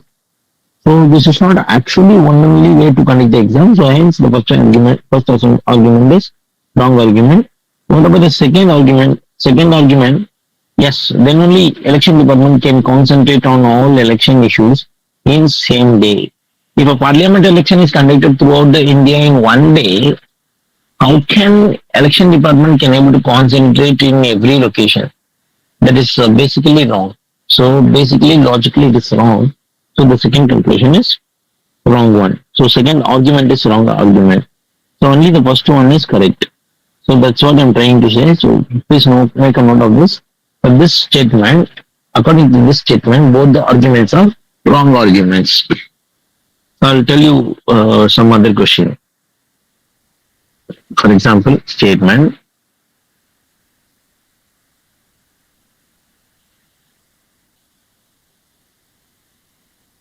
Should using the green fuel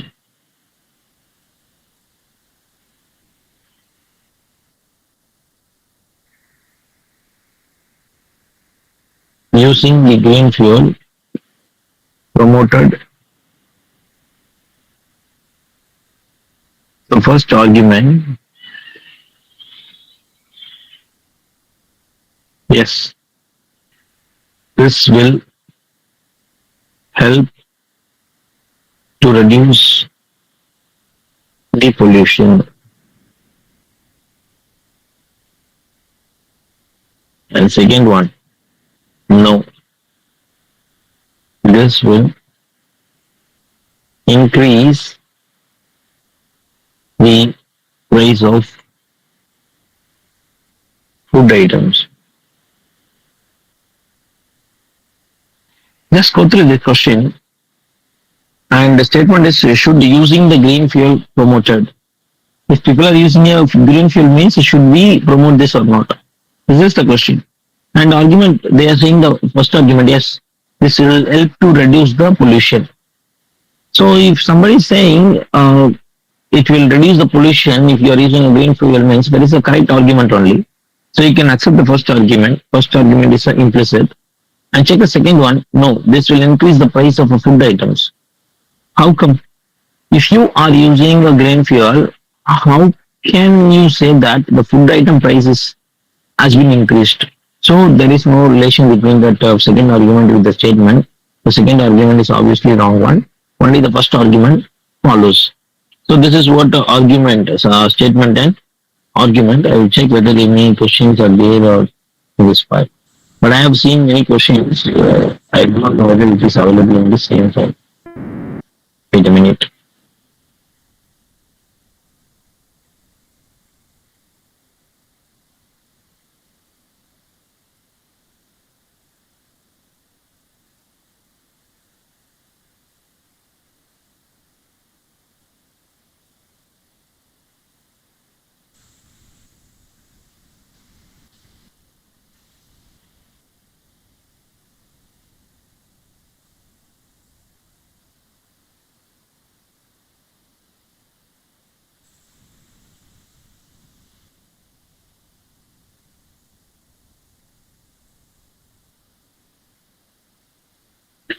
This is the difference between statement and conclusion.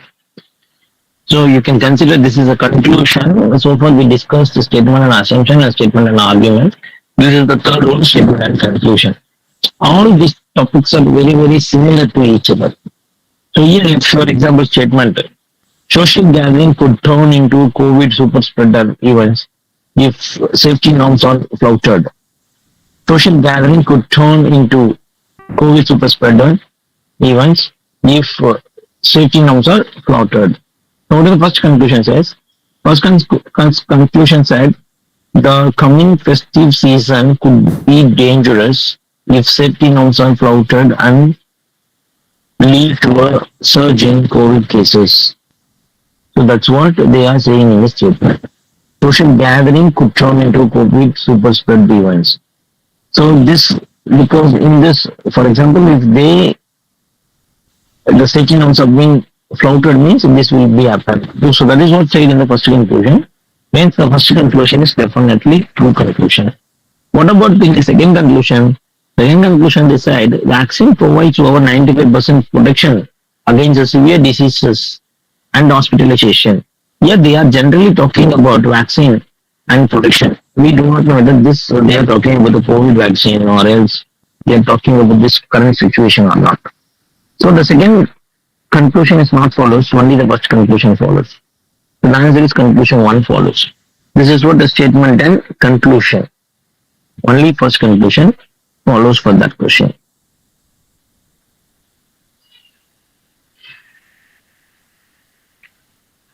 The syllogism and this inequalities and logical connectives and statement conclusion, all these topics are comes together the same word, statement and conclusion. In all these words, we'll be having the term called statement and conclusions only. So try to be strong, try to understand what is the meaning of those words and how to approach those things.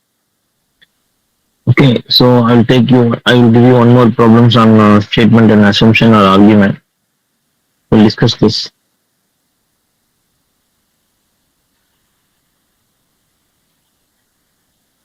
For example,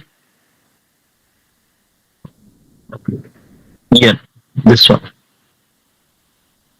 If you see this one, question number 3, we just read the question number 3 alone.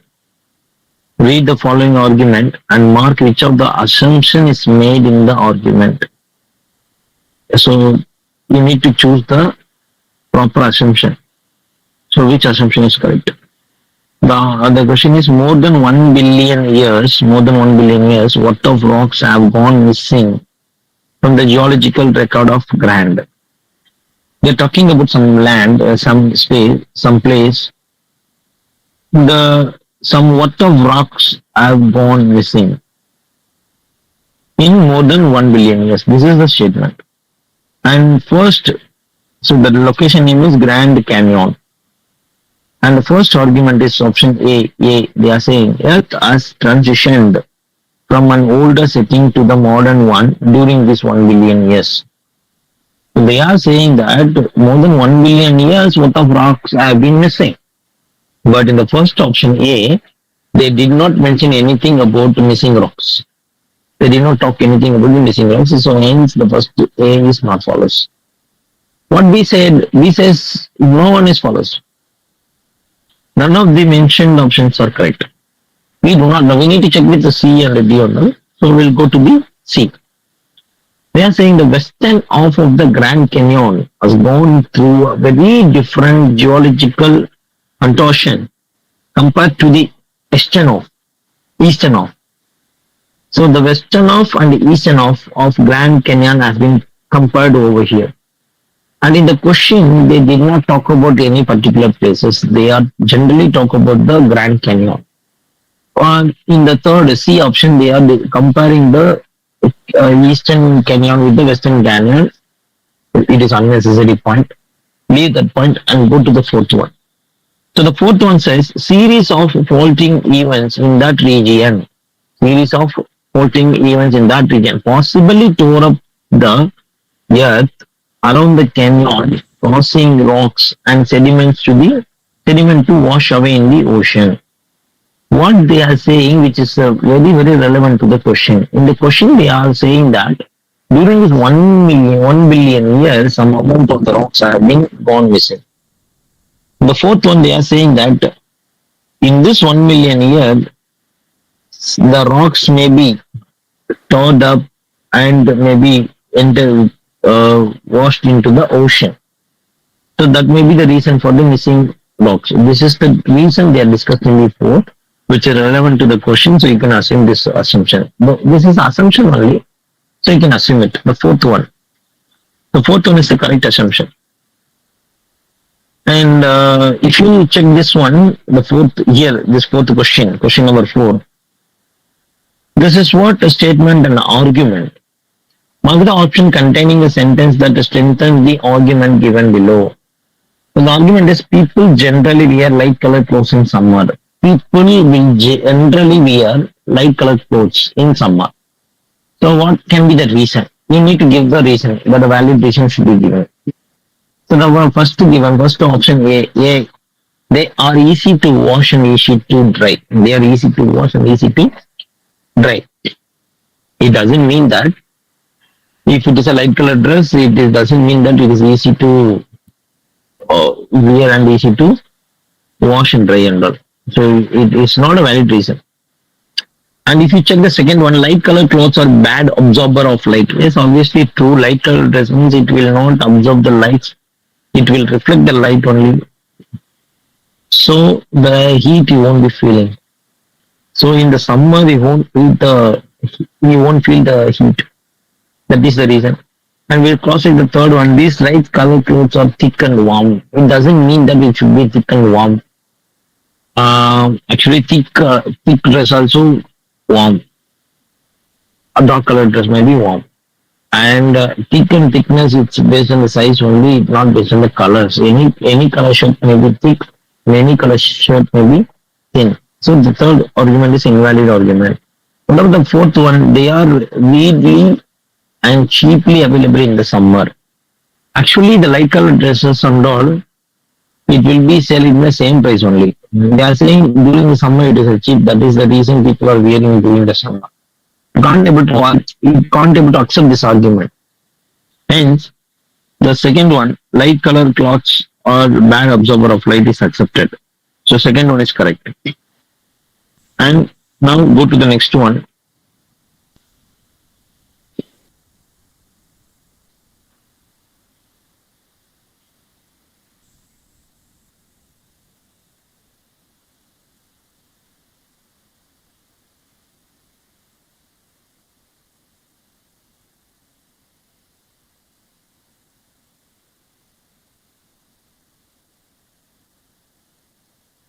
Okay, just read the 15th one. 15th statement.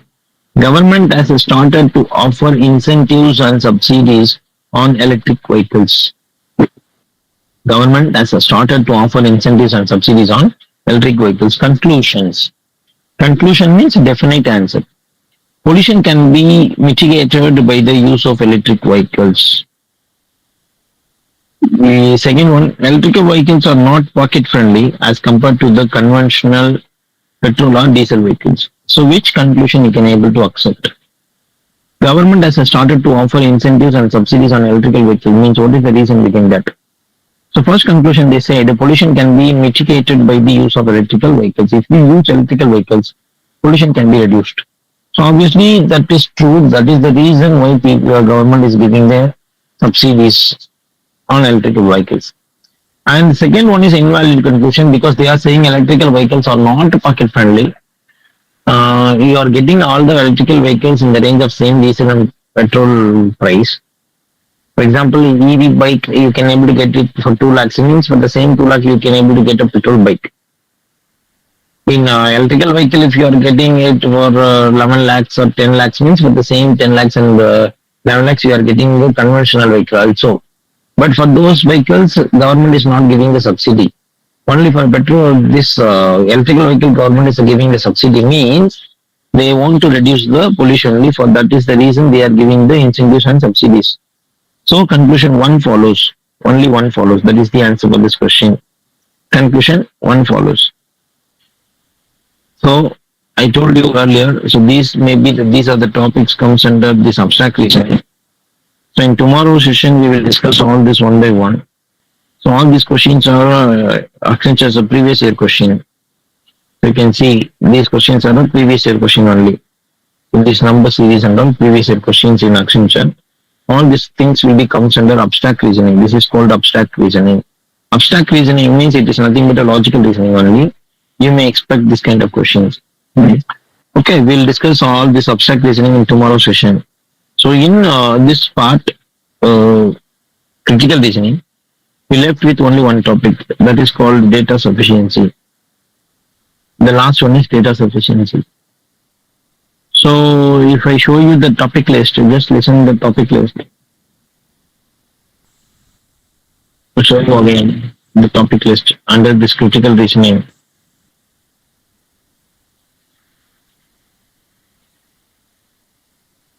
So these are the topics I told you in under this critical reasoning, and also we discussed what types of questions will be asked under this syllogism and statement and conclusion, statement and argument, statement and assumption we have seen, inequalities we have seen, logical connectives we have seen. We left only one topic, that is called data sufficiency. I will cover that too. The data sufficiency means if you, for example, yesterday itself I told these things, you need to be very, very careful with this data sufficiency. Data sufficiency, if this word is used, means they may ask you any question. For example, they can convert any quants question into a reasoning question, data sufficiency question. Let's take an example. Is X prime number? Consider the number X. You just assume some number X. Their question is, they are asking is X is a prime number. And about that X, they are giving a clue. X has two odd factors.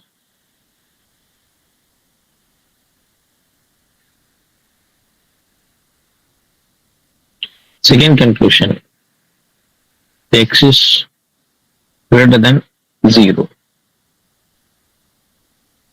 So, if you check this one, we would go better. We go with this like that. X has 3 odd factors. They are asking the question: is X prime number? You may give X is a prime number, yes, or else you can say no. To give this yes or no answer, you must have some clue about X. And the first clue is X has 3 odd factors. If any number is having more than 2 factors, means the number cannot be a prime number. You can able to say it from by using first information itself. The second information is unnecessary. So hence the answer is data 1 alone sufficient. 1 alone sufficient to answer the question.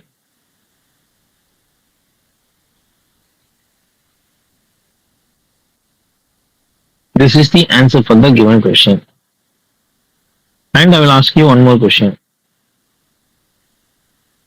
For example, is X divisible by 70? So they are asking is X is divisible by 70. First information statement 1 said X is multiple of 7 and 5. And second one, they said X is an even number.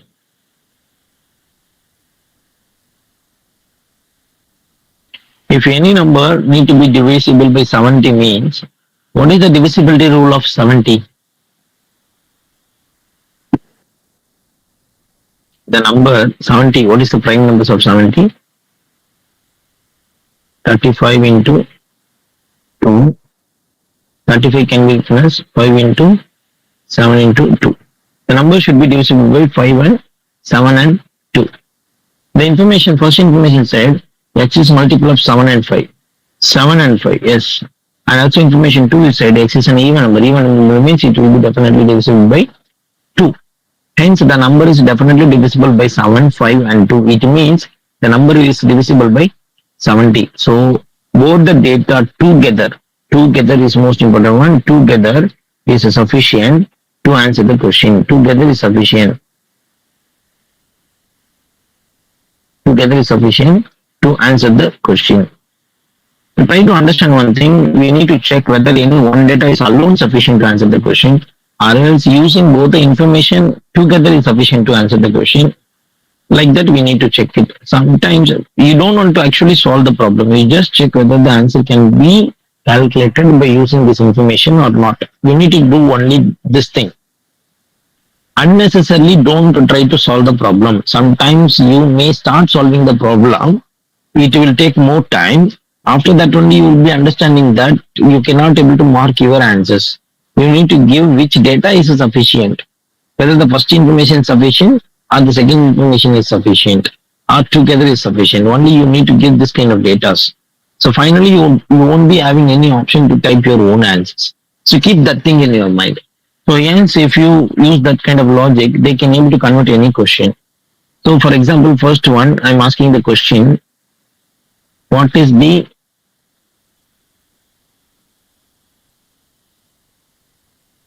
cost price of mobile?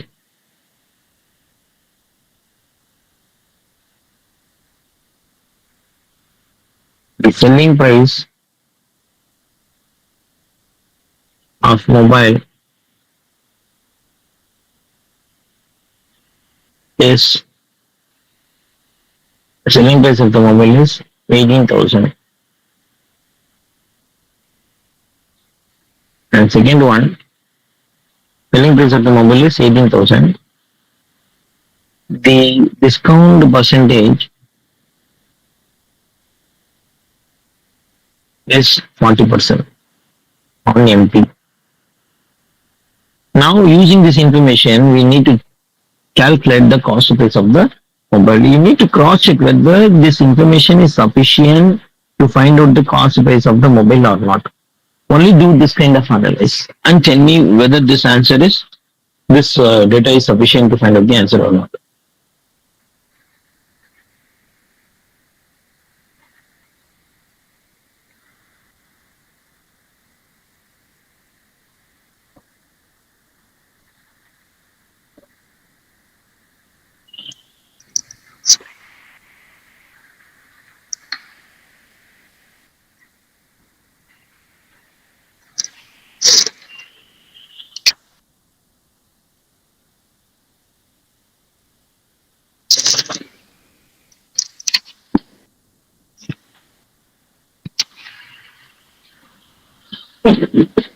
For example, if you want to calculate the cost price of the mobile phone, what are the information you want?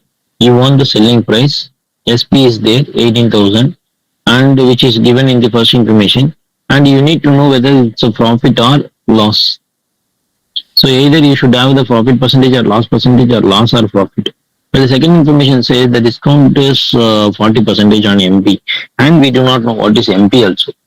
So none of the information can be calculated. So you can't able to calculate any values. Only you can able to calculate the market price from using selling price and discount percentage. You can able to find out the market price. But the question is about cost price. Hence the answer is neither 1 nor 2 is sufficient to find the answer. Okay, so the answer is neither 1 nor 2 is sufficient.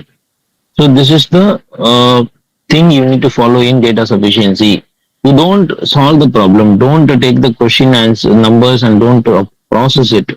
Just look over the question, just guess whether this information is sufficient to find out the answer or not.